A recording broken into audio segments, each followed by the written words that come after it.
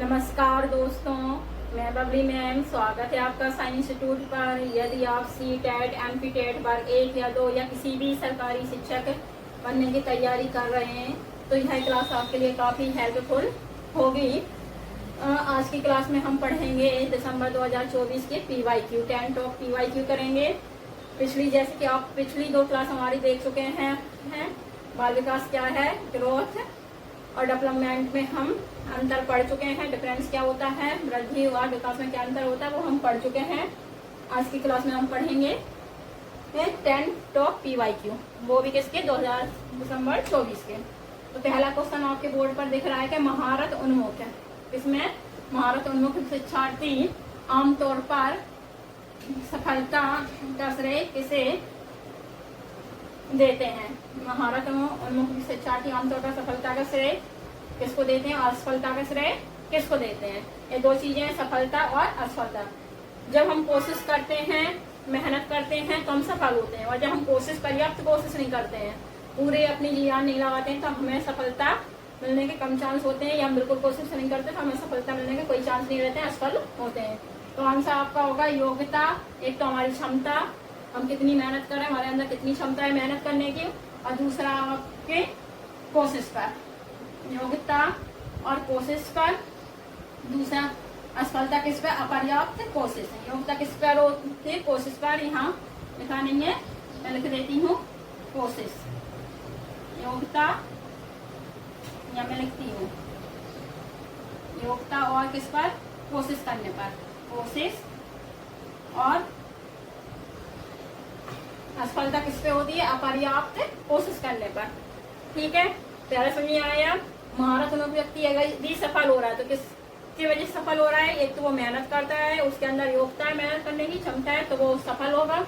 यदि वह पर्याप्त कोशिश नहीं करेगा, मेहनत नहीं करेगा, तो वह असफल होगा, उसे सफलता नहीं मिलेगी। तो पहला क्वेश्चन है तो अब दूसरा क्वेश्चन हमारा है, देखो थोड़ा एडजस्ट करना। दूसरा क्वेश्चन,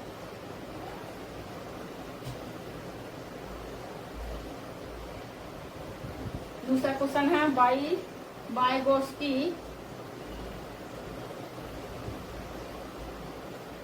के अनुसार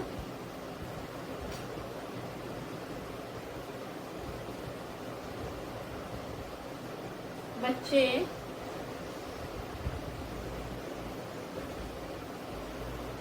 स्वयं से बात करते हैं। वाइगोत्स्की के अनुसार बच्चे स्वयं से बात करते हैं। तो आंसर क्या होगा इसका,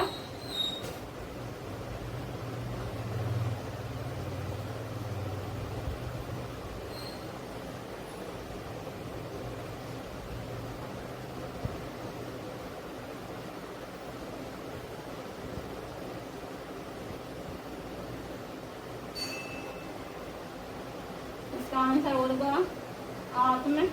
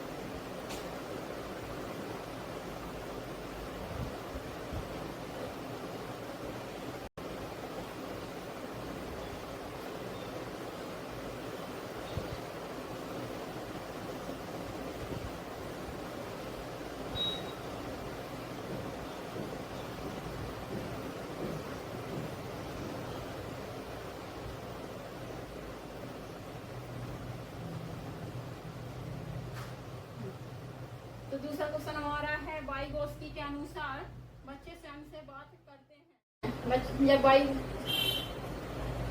वाइगोत्स्की के अनुसार क्या है, बच्चे स्वयं से बात करते हैं। तो वाइगोत्स्की कौन है, इन्हें कौन सा सिद्धांत दिया था, समाज सांस्कृतिक सिद्धांत। इनका कहना क्या था कि बच्चा समाज में रहकर सीखता है। अब इनके अनुसार बच्चे स्वयं से बात कब करते हैं, तो ये आत्म शुद्धिकरण शुद्धिकरण प्रदान करने के लिए क्यों करते हैं आत्म शुद्धिकरण, मतलब जब वयस्क उन्हें अनदेखा करते हैं तो बच्चे स्वयं सही बात करने लगते हैं। ठीक है, इसका आंसर क्या, बच्चे आत्म शुद्धिकरण करने के लिए बात करते हैं क्योंकि वयस्क उन्हें क्या करते हैं, अनदेखा करते हैं। ठीक है, दूसरा क्वेश्चन हुआ, एक बार फिर से बता देती हूँ। वाइगोस्की कौन थे, सांस्कृतिक सामाजिक सिद्धांत दिया था इन्होंने। इनके अनुसार कहने का था कि बच्चे समीपस्थ स्थान के द्वारा सीखते हैं या दो व्यक्ति।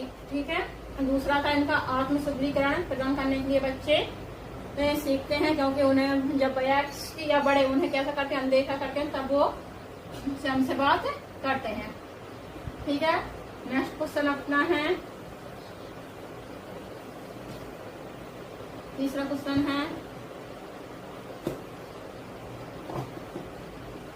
तीसरा भी हम वाइगोस्की का ही ले लेते हैं।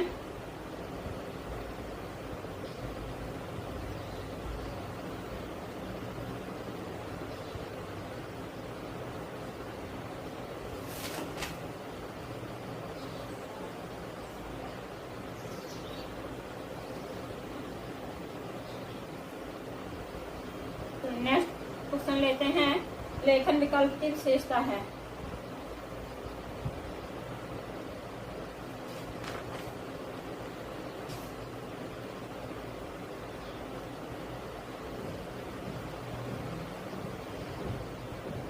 नेक्स्ट क्वेश्चन है,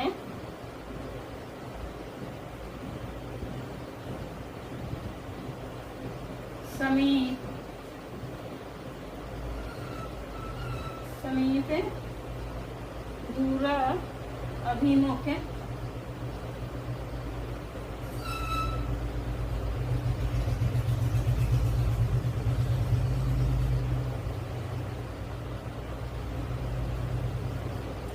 सिद्धांत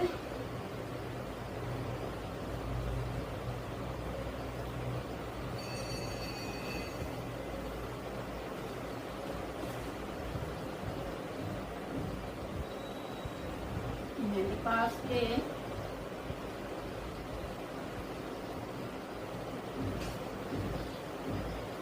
समीप अभी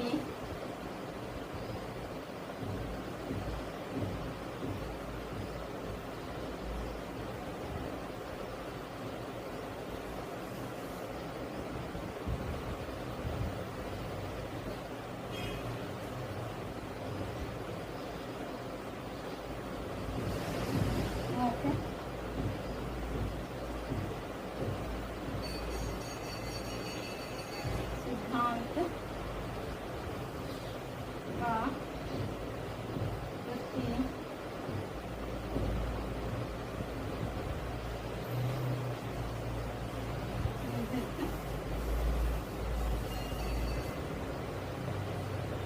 करता है। इसका आंसर क्या होगा,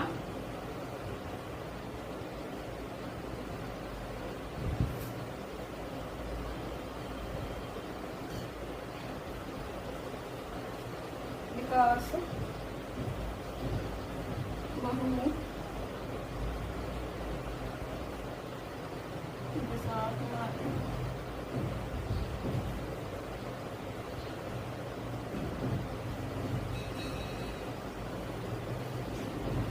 और बहु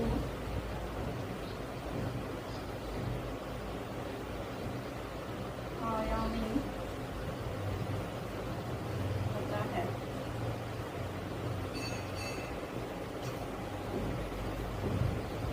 थर्ड क्वेश्चन हमारा है, विकास के समीप दूराभिमुख सिद्धांत का प्रतिनिधित्व करता है। कौन करता है विकास हमारा, तो जैसे कि हमने पढ़ा था विकास कैसा होता है, सापेक्ष होता है और सभी पक्षों का विकास करता है। व्यक्ति के कैसे सभी पक्षों का विकास करता है, तो विकास कैसा होता है, बहु दिशात्मक। विकास कैसा होता है, बहु दिशात्मक और बहुआयामी होता है, मतलब सभी दिशाओं और सभी बच्चों का विकास करता है। विकास कैसा है, किसका प्रतिनिधित्व करता है, विकास बहुदिशात्मक और बहुआयामी होता है। ठीक है, थर्ड क्वेश्चन हो गया। अगला क्वेश्चन अपना है,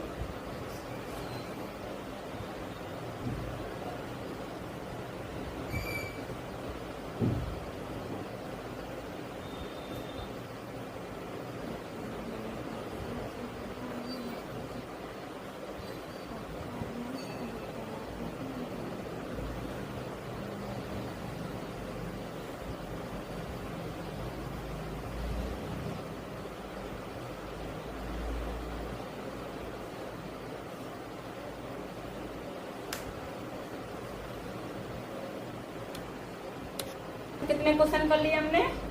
3 क्वेश्चन कर चुके हैं। 4 नंबर का हमारा क्वेश्चन है सामाजिक संचार में चुनौती किसमें स्पष्ट होती है? जब सामाजिक संचार होता है चुनौती होती है स्वलीन क्रम विकार में। जब हम खुद से कोई काम करते हैं सामाजिक संचार में तो स्वलीन विकार में चुनौती स्पष्ट होती है। सामाजिक संचार में चुनौती किसमें स्पष्ट होती है? स्वलीन क्रम विकार में। ठीक है, इसके बाद हमारा अगला क्वेश्चन है 5 नंबर। अभी तक हम 4 क्वेश्चन कर चुके हैं। अब हमारा नेक्स्ट क्वेश्चन है 5 नंबर का। देखते हैं वाइगोत्स्की क्या है? सीखने और विकास के सिद्धांत के अनुसार आलम्बन का उदाहरण है। किसके? वाइगोत्स्की के अनुसार बात हो रही है। विकास के सिद्धांत के अनुसार आलम्बन का उदाहरण। तो देखो, आलम्बन का उदाहरण एक छात्र को पढ़ाने का कार्य देना है और उन्हें स्वतंत्र रूप से सवालों के जवाब देने के लिए कहना। जब भी हम कक्षा में पढ़ाते हैं तो बच्चों को क्या करते हैं? पढ़ाने के लिए खड़ा भी करते हैं और करना चाहिए। उन्हें स्वतंत्र रूप से बिना कोई दबाव के जवाब देने के लिए प्रोत्साहित करना चाहिए बच्चे का, जिससे मानसिक विकास और बढ़ेगा। ठीक है, 5 नंबर का हो गया। अब अगला है हमारा 6 नंबर का क्वेश्चन। तो अगला नेक्स्ट क्वेश्चन हमारा है लेखन विकल्प की विशेषता। देखो, लिखने से ही पता, लेखन का मतलब हमें कोई भी ऑप्शन देखना। सबसे पहले लेखन की बात हो रही है तो लिखने की बात करेंगे। इसमें विलंबित गति कौशल की कहीं बात नहीं हो रही है। यहाँ देखो, ये मिला है लिखित कार्य में। हमने कहा था जहाँ लेखन की बात है वहाँ में लिखने की बात चलेगी। लिखित कार्य में तो ऑप्शन तो हमारा ये होगा। बाकी के और ऑप्शन देख लेते हैं हम। पढ़ने में जब हम लिखने की बात करते हैं, पढ़ने की यहाँ कोई बात नहीं होगी, दोहराव की कोई बात नहीं होगी। ओके, तो क्या है लेखन विकल्प की विशेषता? क्या है? लिखित कार्य में चुनौती होना। ओके, ये अब हम नेक्स्ट क्वेश्चन पढ़ेंगे 7 नंबर का। 6 क्वेश्चन पढ़ चुके हैं। अब हमारा 7वें नंबर का क्वेश्चन है 7। क्या कहता है कि अर्थपूर्ण अधिगम। अर्थपूर्ण अधिगम मुख्य रूप से किसके बारे में नहीं है? अब देखो, मेन ध्यान रखना, मेन क्वेश्चन पे ध्यान दिया करो। पॉजिटिव पूछा जा रहा है या नेगेटिव पूछा जा रहा है? यहाँ नहीं की बात हो रही है तो ये मेन है, क्योंकि जब भी हम पेपर करते हैं, क्वेश्चन पढ़ते हैं, ध्यान से नहीं पढ़ते और हमारे कई क्वेश्चन ऐसे ही रॉन्ग हो जाते हैं।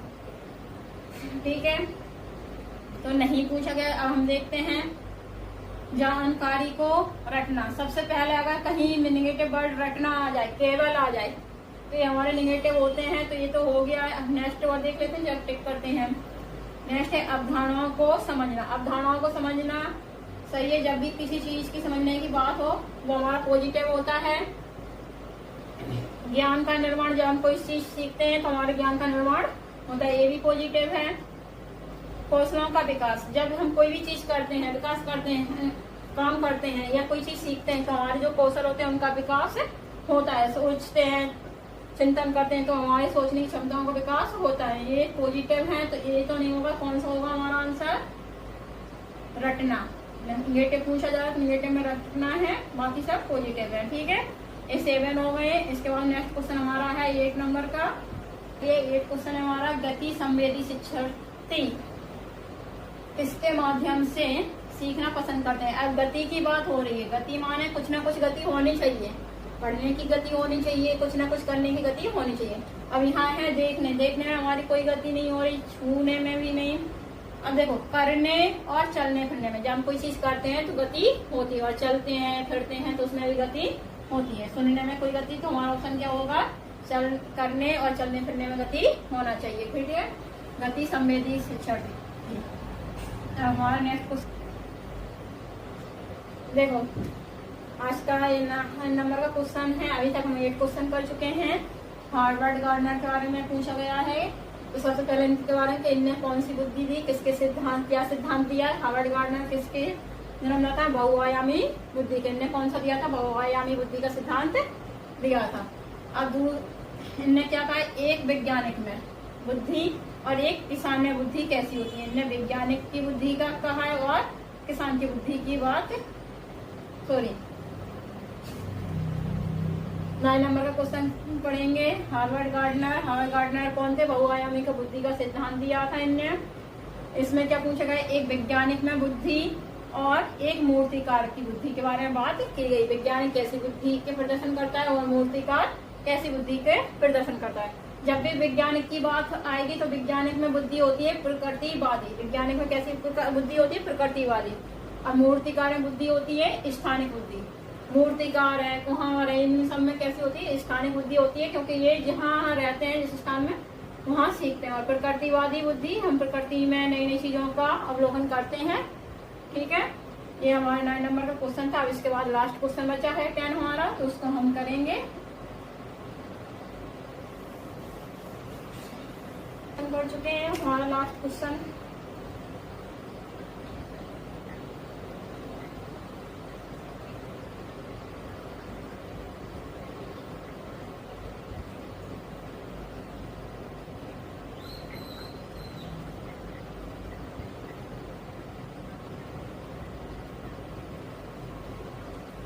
अभी तक हमने 9 क्वेश्चन किए। हमारा आज क्लास का लास्ट क्वेश्चन है।